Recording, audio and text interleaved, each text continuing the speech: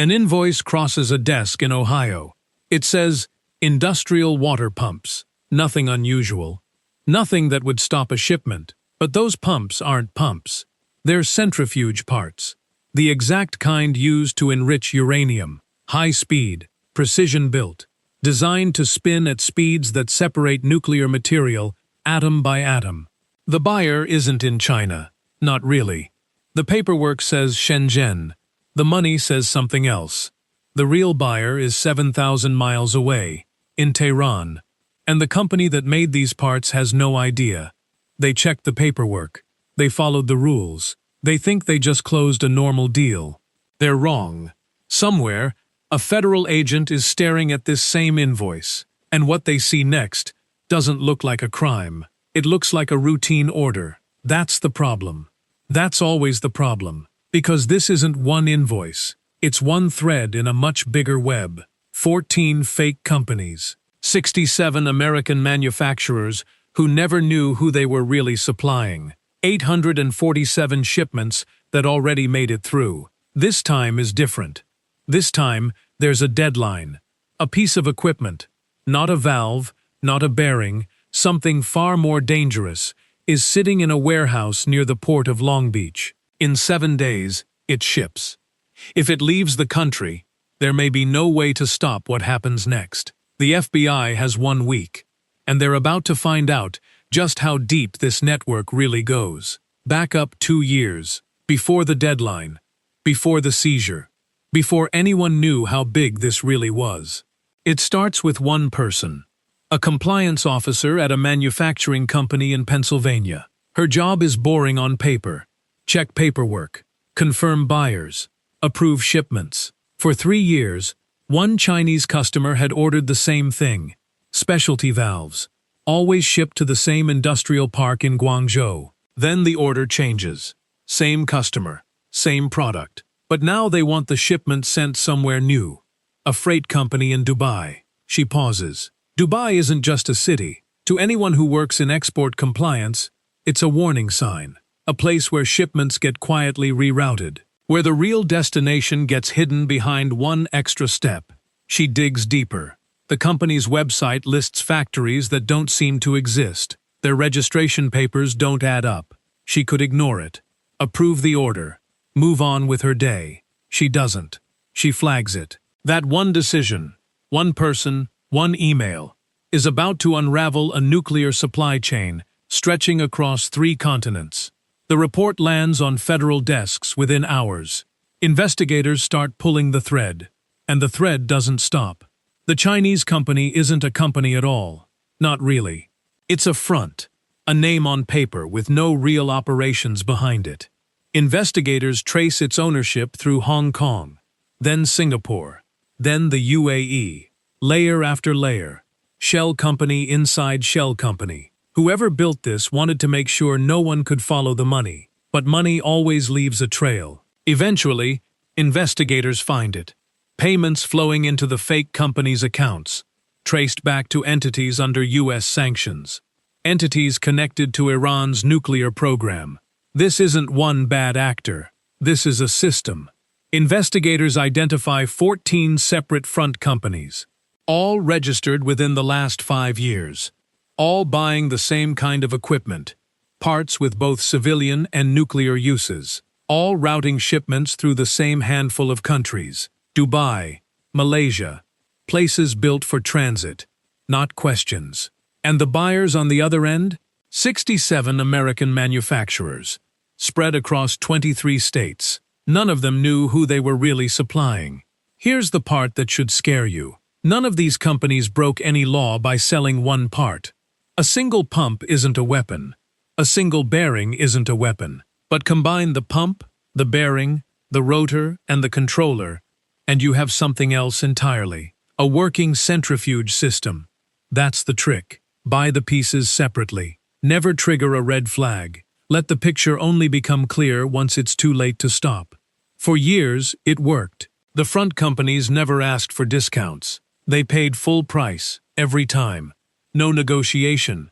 No red flags raised by price shopping. They kept real offices, real phone numbers, real employees who answered technical questions like any other legitimate business. On paper, everything looked normal.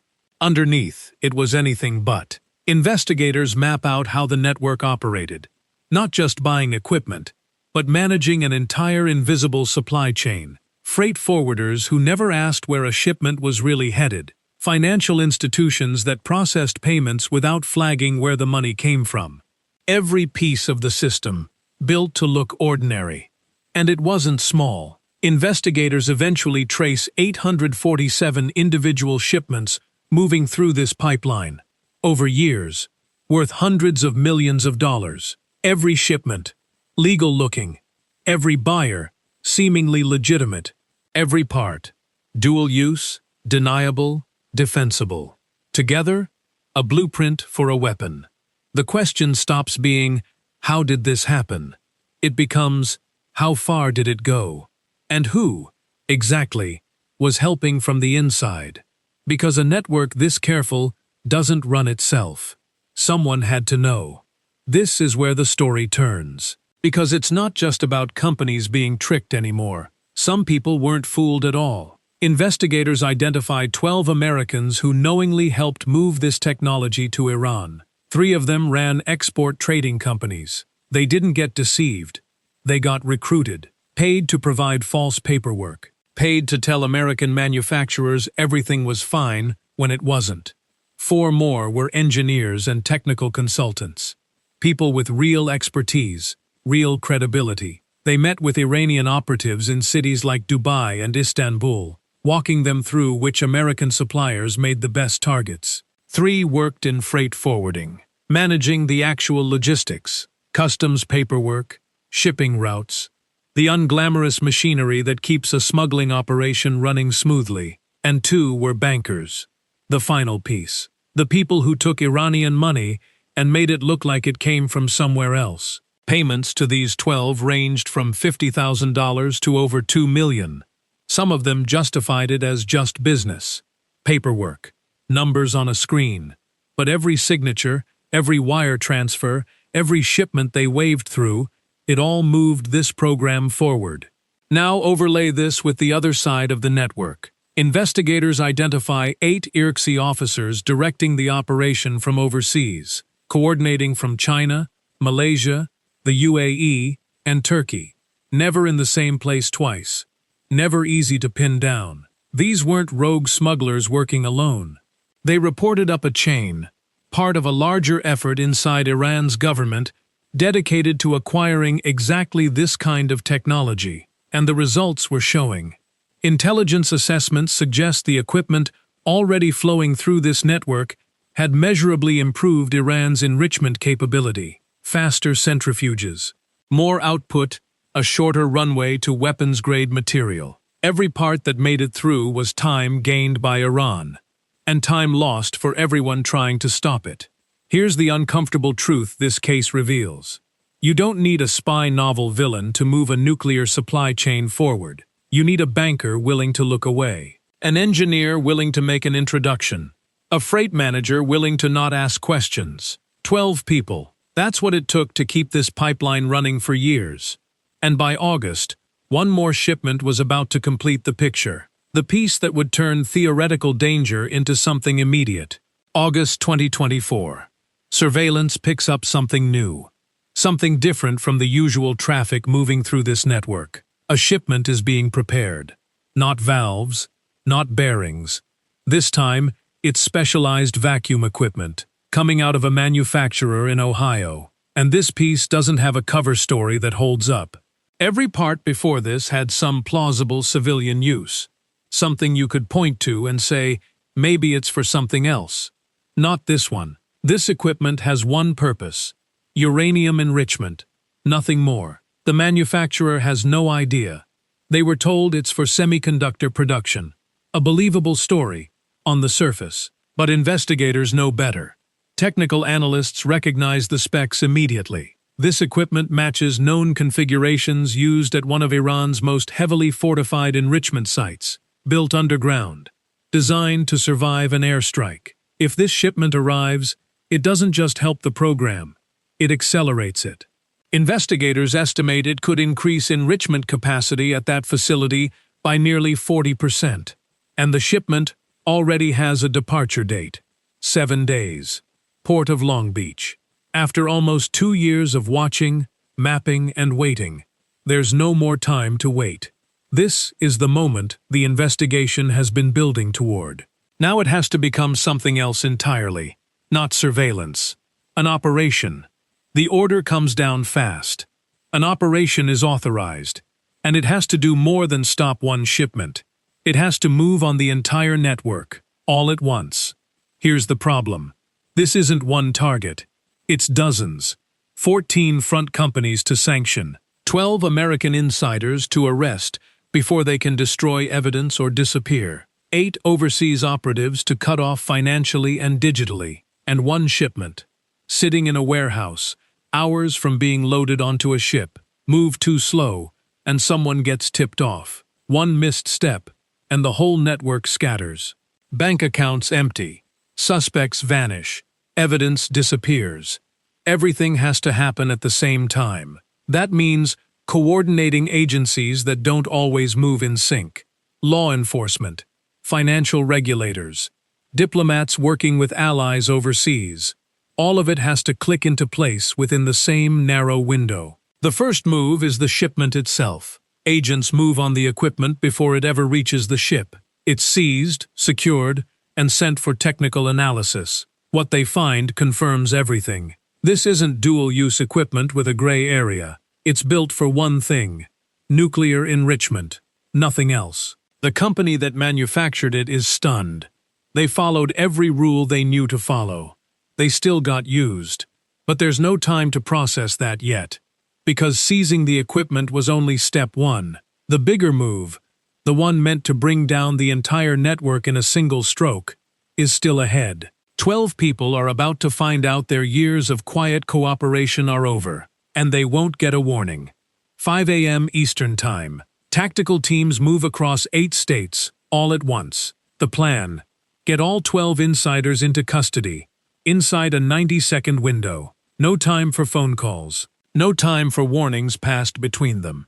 In Houston, an export company executive is arrested at his front door. Investigators later find encrypted messages on his devices. Years of communication with his overseas handlers, tracking every shipment he helped move. In Los Angeles, a freight forwarding manager is picked up at his office.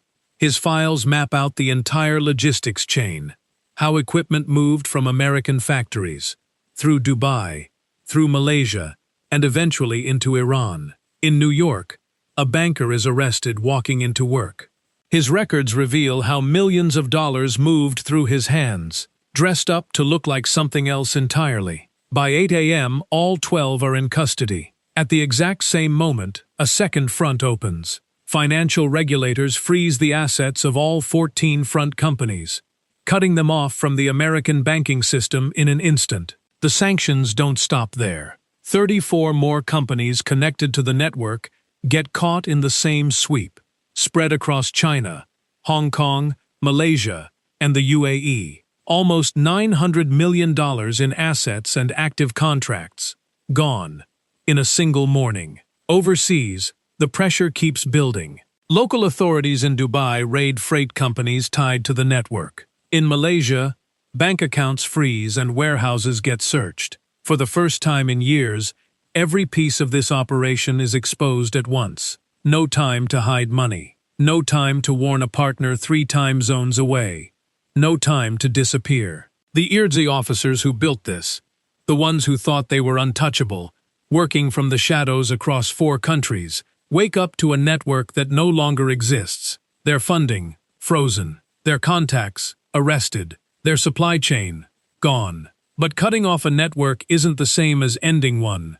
Because somewhere, the people responsible for building this in the first place are already asking one question: how fast can we build another? In the weeks that follow, the full picture comes into focus.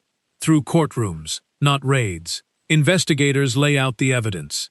Encrypted messages naming end users in Iran.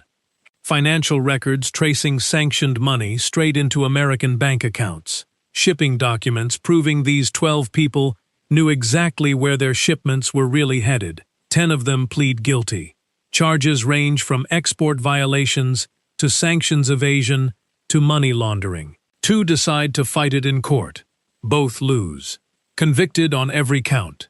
Sentences range from 8 years to 25, the harshest reserved for the people whose actions did the most damage to slowing down a nuclear weapons program. Meanwhile, the seized equipment gets a full technical breakdown. Defense analysts confirm what investigators suspected from the start. This wasn't a borderline case. This equipment was built specifically for enrichment, and it would have plugged directly into Iran's existing operation. The findings get shared with lawmakers, under tight classification. But the bottom line leaks out anyway. Had this shipment gone through, Iran could have reached weapons-grade enrichment in as little as 18 months.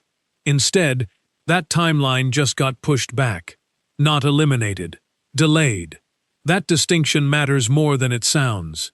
Because stopping this network didn't end Iran's nuclear ambitions. It bought time. Time for diplomacy. Time for more oversight. Time to catch the next network before it gets this far. But there's a cost to a case this size that goes beyond courtrooms and sentencing. 67 companies just found out their products ended up inside a nuclear weapons program. Companies that thought they did everything right, and now they have to live with what that means.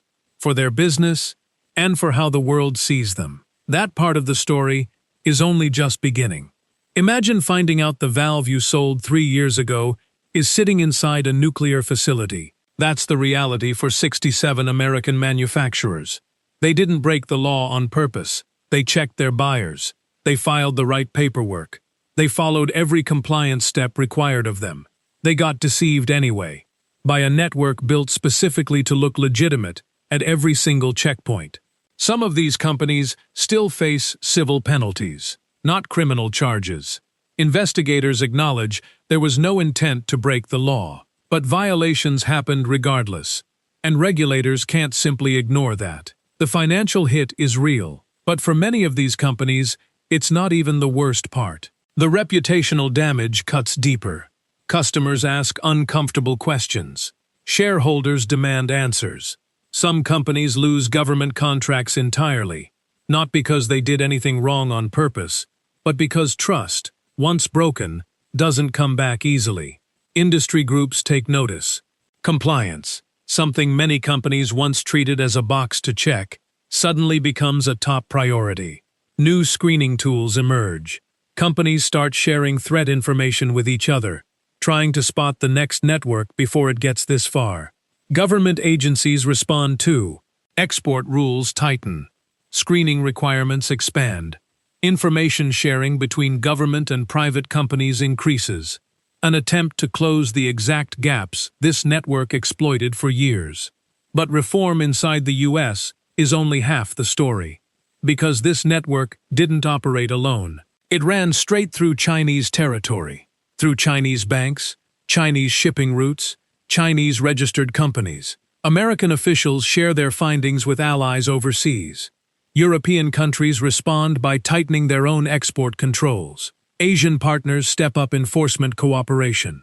China's response is more complicated. The front companies operated on Chinese soil for years, seemingly without consequence. American officials express frustration, privately mostly. Publicly, the conversation stays measured, diplomatic even. But underneath, the tension doesn't disappear. It just moves out of view.